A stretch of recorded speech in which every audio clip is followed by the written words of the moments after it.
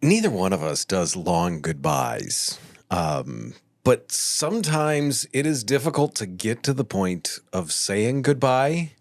Is that an accurate statement? Yeah, I think it can be. The Especially- Midwest goodbye, is that what you're talking about? Where Right. like nobody ever leaves?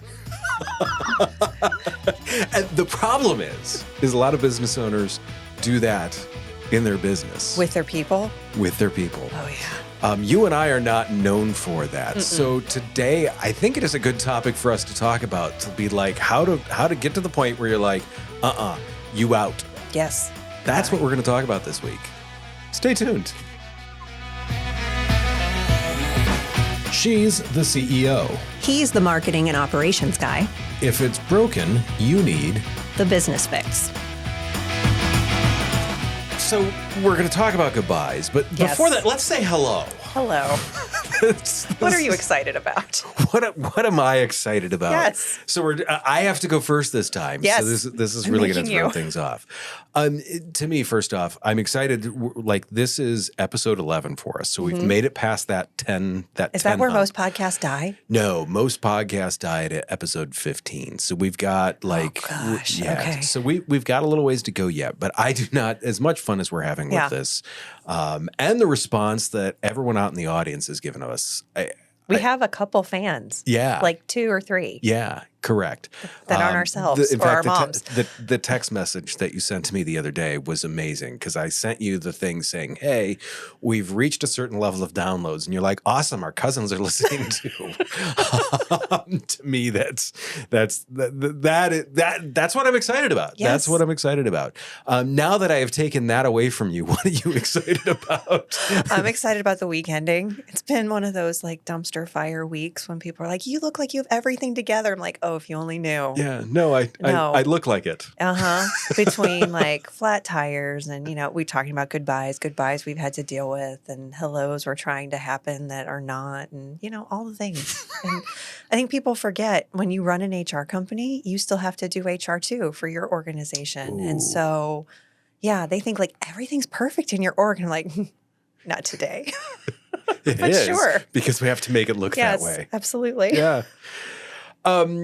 So we're going to talk about when it's time to say goodbye. Yeah. Okay. I've got some stats here that you, as soon as you looked at them, you're like, I call bullshit. I did. Like, one toxic employee could cost your business an estimated $12,000 in annual turnover, is one stat that we saw that I think, first off, It's crap. right. I mean, that's low. That's just the base. And like, if you figure this out quickly and get rid of them quickly. Do you only have one employee? That's my other question. Like, you're only that's Right. that's Oh, it. sure. way. The next one that I saw too was one toxic client can do just as much damage. We're going to focus on the employee side of it, but yes, absolutely. toxic Oh, gosh. customers can do the same thing. I Yes. think we may do toxic customers as a separate episode. Oh, please. So yeah, there's that, and then Hogan Assessments. Okay. They estimated U.S. corporations could save a staggering $292 billion in 2025 by avoiding toxic hires. That's a stat I agree with. Same. I agree with that one Yep. too. About 6% of the global workforce can be categorized as toxic. I think that's low. I was about to say, I think they just have the decimal point wrong there. It's possible. I mean, it's not, and sometimes it's the person, they're not in the right spot. Sometimes it's not the right seat. 100%. 100%. What's interesting to me about this is and this is why I kind of want to talk about when it's time to say goodbye. Because to me, if someone ever left any place where I'm at, I don't want to say I took it personally, but I always looked at it as it's my fault. Yeah. Either A, I didn't hire the right person, or B, we moved them into a position that wasn't right for them. Yep. I mean, there's sometimes where people just don't show up or whatever. So their life happens. situation changes where you're like, okay, maybe you get a mulligan every once in a while, but overalls. So from your perspective, because you see the hirings and firings, and I see Yes. the smile come up on your face as I start to get into this, you're like, ooh, yes. Talk about this, yes. What's the biggest blind spot you see that businesses have? Well, I think there's several, but I said you biggest. said biggest. I said biggest. They're all big. So when it comes time to say goodbye, Yeah. what is that top blind spot that is just like, this is the glaring, because there's one that's got to be bigger. Well, because leaders often rationalize and ignore toxic behavior. So they get to that point where they hope it's going to resolve itself. And then that biggest blind spot is when it's saying goodbye is last resort. And it's not, you need to look at saying goodbye with people in your organization as a strategic intervention. They look at it as, oh, but we really want to save them. We really think that they can do it. What? And it's like, guys, every minute a toxic employee stays, it's eroding morale and it's eroding productivity. And that means that you're losing money. So if you look at it instead of being just like feelings, but look at it as dollars, I mean, that cost of inaction far outweighs the discomfort of a difficult conversation. And that's where I'm like amazed. It's like people will burn. I feel like they're literally lighting cash on fire because they just don't want to have a sweaty 10-minute conversation. It's like, come on. I love how you describe that. Well, they will. And then what frustrates me too is you're lighting money on fire. But then if you do not move that toxic employee out of your organization, you are going to lose the people that you really care about and that drive your organization forward. And they're going to leave because of toxicity. They're not going to leave because of money. They're not going to leave because they don't like the work. They're going to go to your competitors and love their job because they're not having to deal with this jerk that you won't fire. And it's all your fault. I want to address the resolve itself thing. Yes. It doesn't happen. No. It's like that rattle in your car. You can turn the radio up for a little while, but eventually that rattle is going to get louder than your radio. It is. And praying that Mary gets hit by a bus so she doesn't come to work tomorrow is not okay. That's not an acceptive employee development strategy. It's not okay. And you know what the thing is we've all been there. Yeah. None of us wish any harm upon anyone. Yes. But you're like, you could be hopeful for that bus too. You can. But if you are the owner of the organization and you are getting ready to walk into your office and you're like, I really hope that George is sick today. That should be a red flag warning to you that you really don't think George is doing a good job. And unless George is absolutely amazing and he overwhelms you and you just don't have energy, that's different. But if you're saying, I really hope this person isn't here today because I don't want to deal with them because they drain my energy, they're not the right person. And it's time to say goodbye. I love that. And it's funny because there's always that tipping point. Yeah. And the problem is for so many people, that tipping point comes way too late, I think. Mm-hmm. We were having a discussion about a client that we decided not to pick up. And there was a point where I was just like, I am dreading this phone call. No. If I am dreading for a phone call for a client that we haven't even started with, I should not be working with them. No. Red flag. There was a lot of them in the ground. And I mean, this is just a couple of weeks ago where, lots and lots of red flags, but I'm like, forge onwards. Yes. We do it the same with our employees. We do it with internal stuff because we're like, look, we're fine. We can handle this. Yes. No, I think handle it. Especially as small business owners, and I have said this before, and it is not to poke at religion, but there are times where I've looked at people and said, you are not Jesus, and you cannot save everyone. You can't do it. So if it's not working, it's time to say goodbye. What if I coach them this way? Have you given them all the expectations? Have you communicated effectively? Well, yes. Okay. Have you documented? You've got 6 pages of documentation that they just do not care. They are giving you the middle finger with their attitude, or they're not listening, or they're not retaining, or sometimes they're just not the right person. Say goodbye. Give them the exit, because sometimes the best thing that you can do for somebody is to give them an opportunity somewhere else. Yep. You don't need to hold them as a hostage. Stop trying to save them and stop trying to keep them as a hostage. Let them go so everybody else in the organization can continue to thrive and grow, and your organization will be better as a result. There was a time I was on the receiving end of a goodbye that was far overdue. It was an organization that I went to work at that we shared very different values, just different core values. Yeah. And when they at least when they let me go, they said, look, we're going to give you a month and a half's worth of severance. So that way, and I mean, that was their way to say goodbye. Like, hey, it's not you, it's me, whatever. It doesn't matter. They said goodbye, and we don't want to just shove you off the cliff. You can do that in a way that's not just goodbye, punt.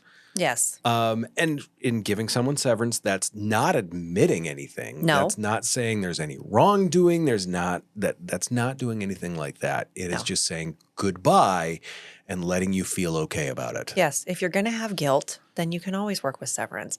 We do work with clients where there are times where like, we want to pay them severance. We're like, absolutely not. But if you really, really need it to make yourself sleep at night, fine. That doesn't mean that it's deserved. Sure. Sometimes you just have to think through what is the right way. And sometimes severance is a way to strategically get that business owner to let go too. We're like, okay, if you're afraid that they're not going to be able to move forward and find a job quickly, then let's do this. But at the same time, Josh, there are times where people forget that unemployment is a thing. Yes. When you let people go, they do have the ability to file for unemployment. So it's like, no, I'm kicking them out and they're going to be homeless. I'm like, first of all, they're adults, most of them, because most people are employing adults. If you're employing children, we can talk about that in a different way. But you've just got to give them an opportunity to be adults, and that's okay. You hired them with the expectation that they were going to do the job. They didn't do the job, or it's just not working, and that's okay too. So let's just move on. There's always the times where, look, you've done everything that you can. And it's funny because we've already talked about, because this week is goodbye. Yes. And I struggled with this because you sent this goodbye. This is what we're going to talk about. I'm like, we already talked about terminations, because I equate when I want to say goodbye to somebody, it's quick. It's like they're gone. It's 4 minutes. The ink is not even dry. No. And they are out the door. But that's because I used to be so like, I can save everybody. And I agree. I am not that person anymore, because it has hurt. I've watched it hurt our organization. I've watched it hurt other organizations. I've watched it hurt me. And now I know. It's Learn from my experience and my trauma. Yeah. What's so funny about it is that people, we both went through 10,000 small businesses. Yes. And when they have you do that exercise where there's the disciplinarian piece and then there's the, hey, you have to let someone go. Yes. In watching that disciplinarian piece, I watch so many people like, hey, you're a great person. We really love you here, but we just need you to tune things up a little bit. And I'm like, oh my God, everyone else in the company is hating you and that person. Yeah. And they're going to give it, I mean, if they see this person is not doing well and yet they're still there, I mean, I'm just going to live up to the expectation you have for them. Exactly. Exactly. You are going to get poor performance from more people because you're breeding mediocrity. And you're telling everybody else. Breeding mediocrity. You are. That you don't matter. I appreciate all the work that you do and that you go above and beyond and you live in our core values, but I'm also keeping this person that says our core values don't matter and they don't care about our organization. So what message does that send to the individuals that are actually doing good work? Like, well, I'll just pay them more. I'll give them the bonus. But no. No, you can, but how about you just get rid of the person that they don't want to come to work with either? Because think about it. If you don't want to go to work because someone is in your organization and they are a drain on you, can you think about the fact that as the entrepreneur or the business leader, you may not be in the organization nearly as much time as your employees are spending with that other person? Sitting next to that person that is loudly chomping or whatever. Seriously, you think you're a hostage? There's no comparison to the person that has to share a cubicle with them. So the other thing that I would say too, that can be a really great warning is if your employees are brave enough or feel comfortable enough to tell you, hey, I've got an issue. I've tried to work it out with this person, or I don't think this person's performing. Could you listen to them? Don't tell them that they're crazy. Don't say, I'll talk to them, or it's not a big deal, or look at them as being complainers. Like, actually think about, is this person giving me feedback that I really need to to consider, especially if you're talking about people that have been with your organization for a long time. And there's a major shift and they feel comfortable talking to you. It doesn't mean that you're going to have a revolving door of people because Joe just doesn't like anybody and nobody can sit in his cubicle because they touch a stapler. There's got to be a difference, but you got to trust them. Actually listen to the people that you work with because they will give you good feedback. I have a stapler. Yes. And at the Boston, and yeah, right. Exactly. Nonetheless, so here's the question that I really want to get into with this, because this is where, as a business owner, you have to make that gray line, that fuzzy line, I guess I say. You have to sharpen that line up. Yes. So many people, everyone is, because of Instagram now, everyone thinks that they are a mental health expert. They're not. 100% agree with you. I mean, we've had people approach us to say, hey, I want to do a mental health podcast because I've been in therapy for 7 years. Well, maybe that's not the best idea, but backtracking here. So many people are so quick to call other people toxic. They are so quick to call someone else a narcissist. Yes. And it's like, okay, you don't like them. That doesn't mean that they're toxic. That doesn't mean that they're a narcissist. What are some of the things that you look at to say, okay, this person is toxic for my organization? And when I say toxic, I mean, like I said, some people throw the term toxic around without really a definition to it. Yes. That means I don't like them. Right. Toxic means I just don't like you. Right. 90% of the time. 90% of the time that means that. So what are the things that you're looking at where you realize that this person is causing damage to my organization? Because when we're talking business, they have to be damaging the organization as a whole to be kind of like, I mean, let's face it, there's poison in the pool here. Yeah. What are some of the things that make that person poison to the pool? Okay. The first one's easy. It's performance. Are they doing the things that you need them to do? Are they meeting expectations? Are they following the SOPs? Are they following procedure, doing all the things? Are they working in the org? So performance is the first. The second is, are they aligning with your values? So we have at AUI and Clarity, we have 4 values: service, excellence, community, and teamwork. When someone says, I don't see any value in anything that we could possibly do in the community, that's a red flag. When they start saying, I don't see any value in anything that we would do in the community, and I don't want to volunteer my time, and I really don't want to spend time with that person doing that thing, we're like, danger, Will Robinson. You are now. The red flag is halfway up the pole. Yes, so you are an assault to our culture. And so it's those things. And if they're starting to say things in a way that they don't align with other people, and those other people are starting to get prickly, it's not about this person calls, they do their outbound outreach this way, and this person does it this way. Like they do it at 5 o'clock, and this person does it at 8 o'clock. It's like it doesn't matter, some of those things. So it's really about, performance. Then it's about perception and how they align with your culture. And then after that, then it becomes the series of behaviors. Are they doing the things and showing up? If they're not performing and they're not aligned in culture, then chances are they're going to be toxic, and they're going to be that. Those are the 2 things that I think, to me, really make them that way. Or if they're thinking about how can I create drama, there's always those people in organizations that like drama. So you've got to kind of see, like, are they a feeder? Or are they an amplifier? Are they a creator? And see if there are things that they are doing that can be coachable. Because the other part is that oftentimes we're very quick to label somebody as toxic and a non-performer. But if we didn't clarify expectations for them, if we didn't explain what the job is, if we didn't explain this is how our organization works and this is how we live our core values, then it may just be misunderstanding. So you can't label somebody until you've got true proof, which is why documenting is important.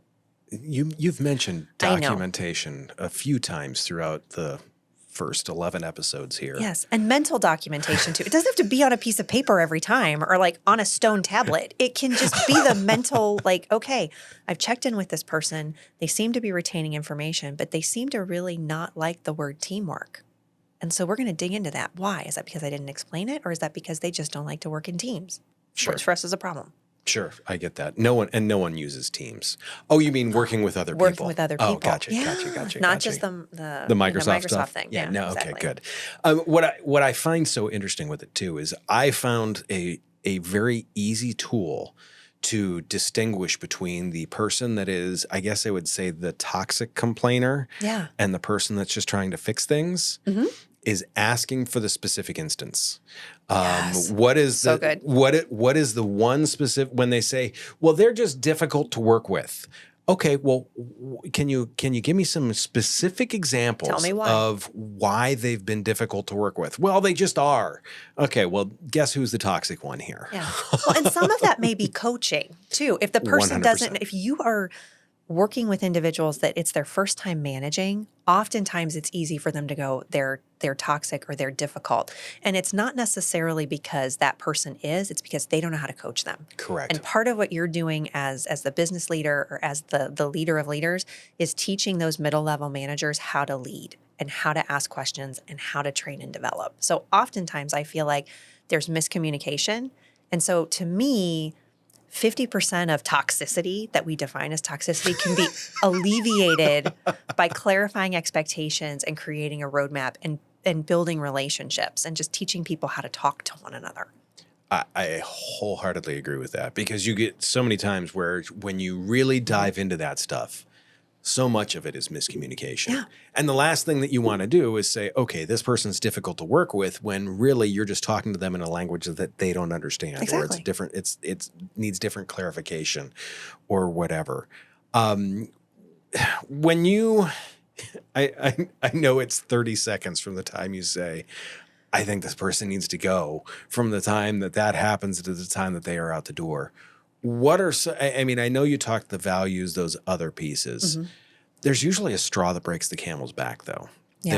There's not, you don't, you hear something once and you think, maybe the spidey senses tingled a little bit. Yeah. But for the most part, there's typically just one thing where you're like, oh crap. What is the most common one thing that makes you say, oh, yep, this is it? When I realize that they don't want to be coachable. To me, it's just like, because you're like, just one, you're telling me pick one. I'm like, well, there's one, someone's lied. There's one, someone's done this. There's one, but it's really when I realize that they don't have the capacity to be coached, to make change. That's it. It's funny. What about you? Mine is almost identical. Yeah. Mine is, as soon as I say, let's sit down and talk about this, and the conversation sounds like you're arguing with someone that just doesn't, I guess I would say they don't listen at all in the argument. And they want to win. They want to be right. They don't want to be constructive. Oh. So when I get to that point where I'm like, look, let's talk through this. Yeah. And there's times where, I mean, look, you know me well enough that if I'm gonna show up to an argument, I will bring my best self. not only that, We're going to throw down. bring numbers, Uh-huh. bring instances, bring everything. Yeah. Because I'm going to do my research. I'm going to have stuff to back up every single thing that I'm saying. And I'm not going to speculate on stuff. Here's what happened. This is what I exactly know. And if someone isn't willing to listen to that, then I'm like, okay, well, this is the time for me where I got to say, well, okay, we can't have the discussion. Yeah. I'm out. I have one that is, I would say it's a straw of, if somebody does this, it's not you need to let them go. It's something I think leaders have a misperception about. If somebody tells you no, I'm not going to do that, or no, I don't feel comfortable with that, that is not I need to get rid of you immediately. Right. And I think sometimes for leaders that sometimes don't have a level of maturity or a higher level of emotional intelligence, you should be able to understand that, in the military, we call it redlining. There's someone who is supposed to be there that is going to be the reason, like, this is why this won't work, this is why this won't work, this is why this won't. That person can be very valuable in your organization, especially if they're willing to tell you, I don't know that this is going to work and here's why. Or they may say, you want to do this as the visionary, but that's against the general core values and the purpose and the mission of what we've been doing. That's going to take us in a completely different direction. Do you want to go that way right now? Like, no. Like, there's a right way to say it. So not looking at that person as just being obstinate and not being willing to move forward in the organization. I would say, when somebody tells you no as the leader, my question is, why? Yep. Because there's been times where Julie's come to me and she's like, Chrissy, we're not doing this. And I'm like, why? And then she explains. And I'm like, yeah, we can't do that. Right. That's the other thing. You can't be the expert all the time. And if you're going to be a know-it-all, then nobody should work for you. Contrarian is good. Mm-hmm. Willingness to discuss has to be included with Yes. that. Is when you don't get that is, I mean, I've had numerous employees in other capacities where I would say, look, this needs to happen this way because of other things going on in the company. They'd be like, no. And I'd be like, well, okay, why do you see it that way? When I would say that, they would come back with, well, no, this is just what I'm doing. That's different. You can do that someplace else. Yes. That's different. You cannot do that here. We're not talking about discussion here. We're talking about we've had the discussion. We've all made the decision. There's been the no's, and then it's still the, you're going to make me do it. That's when we're like, oh, goodbye. Yeah, right. Then now we're not coachable. Now we don't have to. Yeah. We don't have to worry about that. So here's a piece that I was kind of excited to get to because I think this is going to be awkward as hell for both of us. Oh, gosh. Okay. There's the emotional hurdles. Being completely unemotional as we are. Yeah. when we get to a point, we realize that, and it's funny because, I mean, both of us are caring people. Very. We realize that you have to be harsh in some cases. You have to be direct. Direct is kind. Yes. To be clear is kind. Yeah. Direct is kind. How do some people I mean, you're spending time with these people. Yes. These people work for you. Yes. Oftentimes you're spending more time with them than you are your spouse. Absolutely. You probably want to spend more time with them than you do your kids, even though they're the toxic one. Depends on how old your kids are. So let's talk about some of these emotional hurdles. Yeah. Like the first piece of advice that I had was just suck it up, buttercup. That's exactly right. You will once you get past this and realize that yes, you do it once and you realize, okay, this just needs done. I'm going to do this. Yes. Now don't go bananas firing everyone in your company. No, don't over-empower yourself. Right? That's a whole nother set of problems. But to me, it's that, look, just suck it up, be clear, be kind, done. Yes. What's one of your go-to suggestions on like how to get past the emotional piece? Because you talked about it years ago. Yeah. There was that emotional, are they going to be okay? Yeah. And there's that part. But then as you season yourself in business, I think part of it is you start to realize how much it actually costs you. So it's a series of questions for me that tend to be more direct, especially when I'm working with a business owner who's got that emotional tie of like, but you don't understand. I'm like, no, I do understand. But do you like pain and losing money? Not exactly. I mean, well, I'm a business owner, so yes. I mean, but do you like it when somebody else does it as opposed to it being your dumb idea? No. That's a different conversation. Exactly. Do you like putting your business at risk? People that are not living in your culture and values, that aren't treating your organization and the people in your organization with mutual respect, you're creating a hostile work environment. You're creating a space where your business is subject to legal liability. So do you like putting your business at risk? And do you like, I would say it's a pretty easy, like you say, suck it up, buttercup. And I'm like, do you like spraying that can of hairspray next to an open flame? Because that's what you're doing when you're refusing to deal with an employee that is truly toxic and causing problems. Because their toxicity is going to breed to your fellow coworkers. It's going to breed to the team. It's going to breed to your clients. It's going to breed out. And then that's going to be your brand. Do you want that toxicity to be your brand? You've probably spent a good amount of time trying to figure out who you are as a business leader. They're taking it and they're throwing all sorts of nasty things on it. I don't want to swear. I'm trying not to. This is one of those moments. Don't do it, Chrissy. Well, it's the other piece that we talk about Yes. is you present the refined side of things, Yes. me maybe slightly less so. To me, the thing that I find interesting too is what some people have a difficult time getting over is the short-staffed Oh, shut up. piece to that. Like, stop it. Well, and what I find so interesting about it is oftentimes when that toxic person gets booted, Yes. everyone else is willing to step up to the plate. They're 'cause- excited. Right. They're like, hell yes. Yes. Let's get to work. Let's get some stuff done. The other thing that I say is, too, is why are you running your entire organization so lean that getting rid of one person would cripple it? Exactly. If that is your worry, you've got other problems that you need to look at, and you should look at them while you're saying goodbye to this person. It is. And I think it's also understanding your metrics. So, for example, if you've got someone who, like this, we'll just keep round numbers, $100,000, but they cost you $80,000 in employee costs, and they're painful to deal with, but you're only generating $100,000 worth of revenue. Look at that as a $20,000 problem that you can go out and fix with business development. So you could lose it, but you're not going, it's addition by subtraction. So it's really important that you're looking at the whole picture. Because I think oftentimes we look at it as vein of work. Well, do you actually know what that person is doing?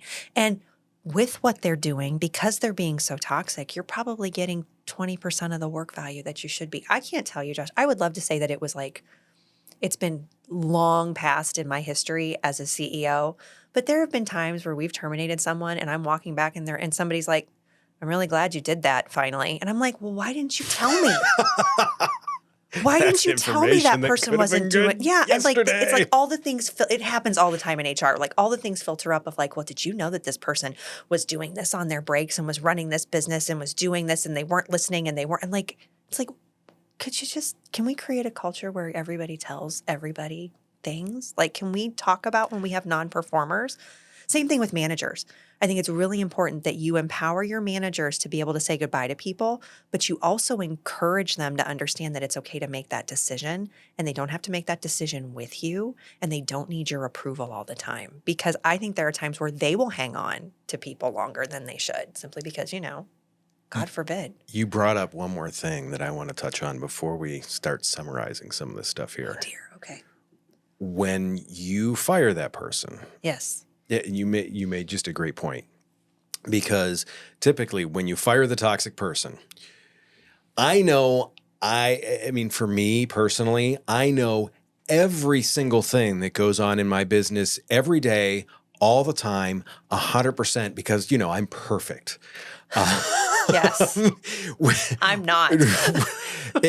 Like when that person leaves, you find out that, okay, the 20% ding in productivity you thought you were getting out of them is actually a 60 or 70% ding. Yeah. It's just one of those things where you don't realize all the stuff that was going sideways because of them, that they weren't doing, etc. Because you think, oh, well, if I lose them, I lose 20% of my productivity. But you're probably going to gain 40% out of the rest of the people, because they aren't, like, the computer system isn't constantly being like fed stuff from eBay and YouTube. Or they're not presenteeism. And you're dealing Right. with presenteeism because they're annoyed that that person's still there. So they're not even focused on their job. They're hiding in the bathroom because they don't want to deal with that person. Right. Or they're in a meeting room talking about that person with somebody else and nobody's getting their work done. Productivity can soar when you get rid of a toxic person. Yeah. Your team usually rallies in appreciation. They rally, and like I said, you don't realize the fact that person, the 20% of the stuff you thought they were doing, might only be like 3 or 4%. Correct. Yeah. To wrap up, a couple of key takeaways. Yeah. Prioritize your team's well-being. Yeah. Make sure that people make sure they still want to come back to work. Mm-hmm. I get to say this one. Yay. Documentation. Yes. But that's because it's the process side. For me, it's the process side. Yeah. You're not going to necessarily be able to calculate the hidden cost, but plan on calculating the hidden cost later. Yeah. Don't delay. Act now.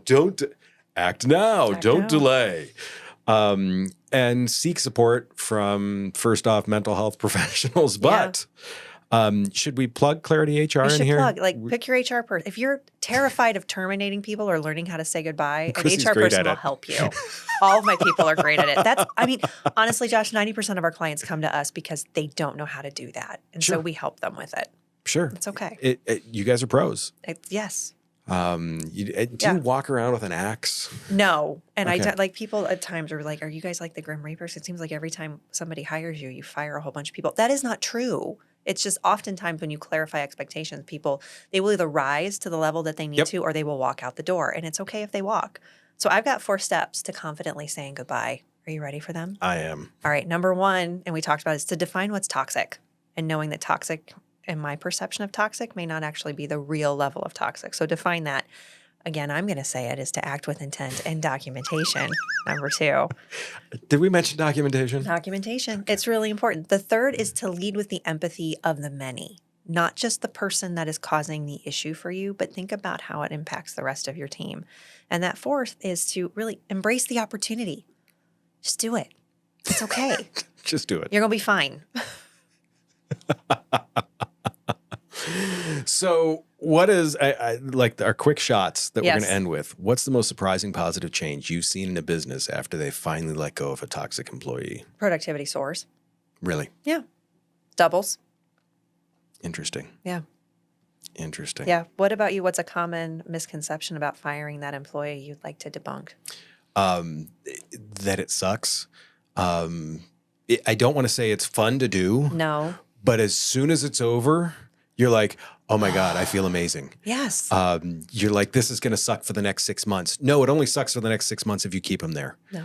If you let them go, it's the, what is it, 10-minute sweaty conversation? It's a 10-minute sweaty conversation you don't want to have. And for us, it's more like 10 seconds. But 10 minutes, like Right. just make the decision, figure it out. And I'm not saying like as soon as you know I'm terminating this person, they're gone. Like you need to actually put your ducks in a row. Right. That's why HR is helpful, but let it go. Yeah, no, that to me, it's you feel so much better Mm-hmm. afterwards. You think you're just going to spend the next week at your desk mourning this You're person. No. Typically by the time their taillights are out of sight, you're like, okay, let's move on. Yeah. And then you look at things past in a couple of weeks and you're like, that person worked here? It feels like it's been forever.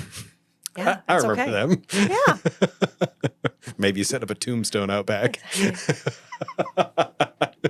With all that being said, thank you everyone for listening. Chrissy, always your insights. This is a tough but crucial topic. It is. You guys obviously have the experience. You show up, you drop the axe, and yes, that's not all you do. I get that. No, it's not, but it's a lot. Make sure you find more more resources. You can go get all the past episodes. Go to businessfixpodcast.com. All the socials at The Business Fix. Leave us a review, subscribe, all the stuff that every podcast guest is going to ask you for. Also, make sure you go look at Clarity HR for all your HR questions. Next week, you said goodbye to someone. Yes. So we are talking about hiring. And not just hiring, hey, can you do the thing? No. Hiring for culture, finding the right fit beyond the resume. Nice. You don't want to miss it. Do me a favor. Take care of yourself. If you can, take care of someone else too. We will see you very soon. You're gone. Goodbye. Next person.